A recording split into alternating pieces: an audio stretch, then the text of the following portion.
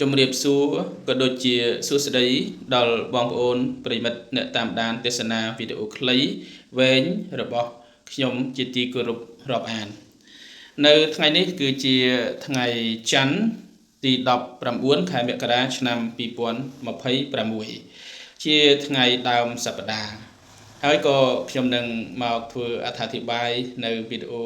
ខ្លីៗបណ្ដុំទៅជាវីដេអូវែងដើម្បីជំរាបជូនអំពី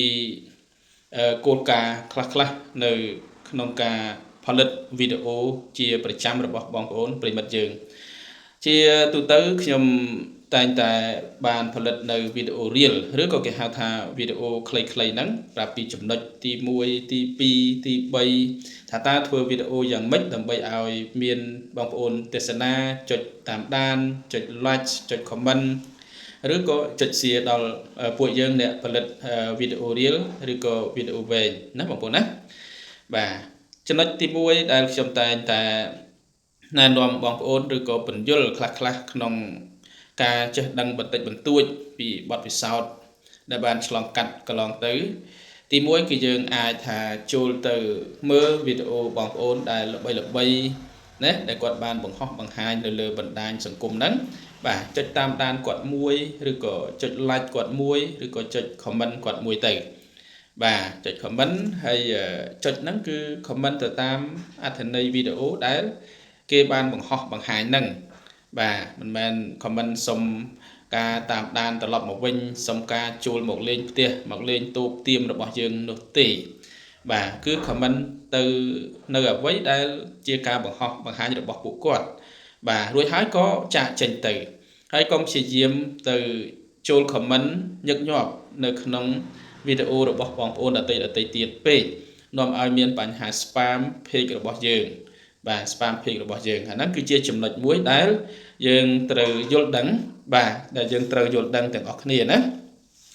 បើសិនណាជាយើងទៅចុច like ចុច comment ចុចតាមដាន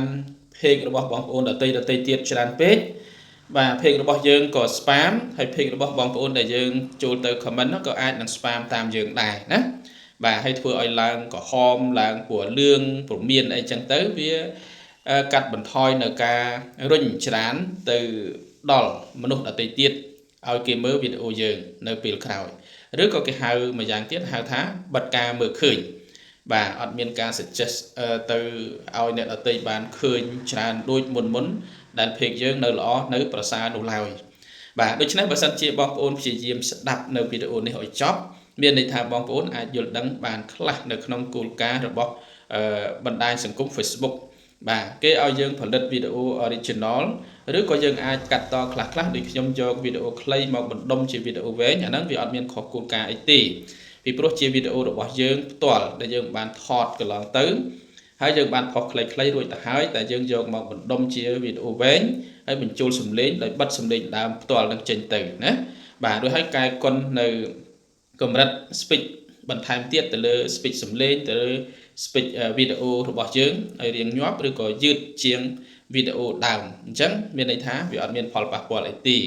វាមានកម្រិតល្អឬក៏គុណភាពខ្ពស់បន្ថែមទៀតណាបងប្អូនណា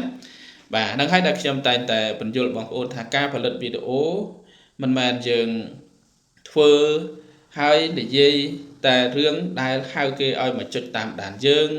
បាទហៅគេឲ្យចុច like ចុច comment យើងដើម្បីយើងបានទៅសងដល់គេវិញនោះទេបាទពីព្រោះយើងលេងបណ្ដាញសង្គមនេះអត់មានទាមទារការសងគ្នាទៅវិញទៅមកឬក៏ជំពាក់បំណុល like បំណុល comment បំណុលតាមដានបំណុល follow គ្នាទៅវិញទៅមកទេណាបាទគឺយើងព្យាយាមផលិតវីដេអូ original ដើម្បីបង្ហាញទៅកាន់បងប្អូនមិត្តភ័ក្តិយើងបន្តទៅទៀតបាទដទៃទៀតដើម្បីគាត់មើលវីដេអូយើងថាតើមានខ្លឹមសារកម្រិតណាបាទដូច្នេះការចែករំលែកក៏ជារឿងមួយដែលល្អប្រសើរមែនទែនសម្រាប់បងប្អូនទាំងឡាយដែលគាត់បានចែករំលែកហើយក៏បានផ្ដល់នៅចំណេះដឹងចំណេះធ្វើដល់ពួកយើងទាំងឡាយដែលព្យាយាមផលិតវីដេអូដើម្បីរកលុយនៅលើបណ្ដាញសង្គម Facebook នេះបាទដូច្នេះយើងធ្វើជាប្រចាំទៅណាបងប្អូនបាទកុំខ្ជិលធ្វើជាប្រចាំទីបំផុតទៅថ្ងៃណាមួយយើងនឹងបានជោគជ័យទាំងអស់គ្នាដោយការប្រឹងប្រែងព្យាយាមនេះឯងបាទអញ្ចឹងហើយបានមានពាក្យស្លោកពាក្យជាច្រើនថាតក់ដូចទឹកត្នោតព្រឹកឡើងសោតពេញបំពង់ và chia diếm cùng để ban sầm rạch thấy nhé miễn tiện sau cho này đây dương ai dọc màu thôi chia cả lực cầm lăng chặtរបស់យើងបានអរគុណបងប្អូនវីដេអូនេះមានតែប៉ុណ្្នឹងទេជាវីដេអូខ្លីៗដែលខ្ញុំយកមកបណ្ដុំធ្វើជាវីដេអូវែងផ្ដល់ជូននៅសារខ្លះៗដល់បងប្អូនប្រិយមិត្តយើងដែលតែងតែផលិតនៅវីដេអូរកប្រាក់តាមបណ្ដាញសង្គមដូចខ្ញុំដែរណា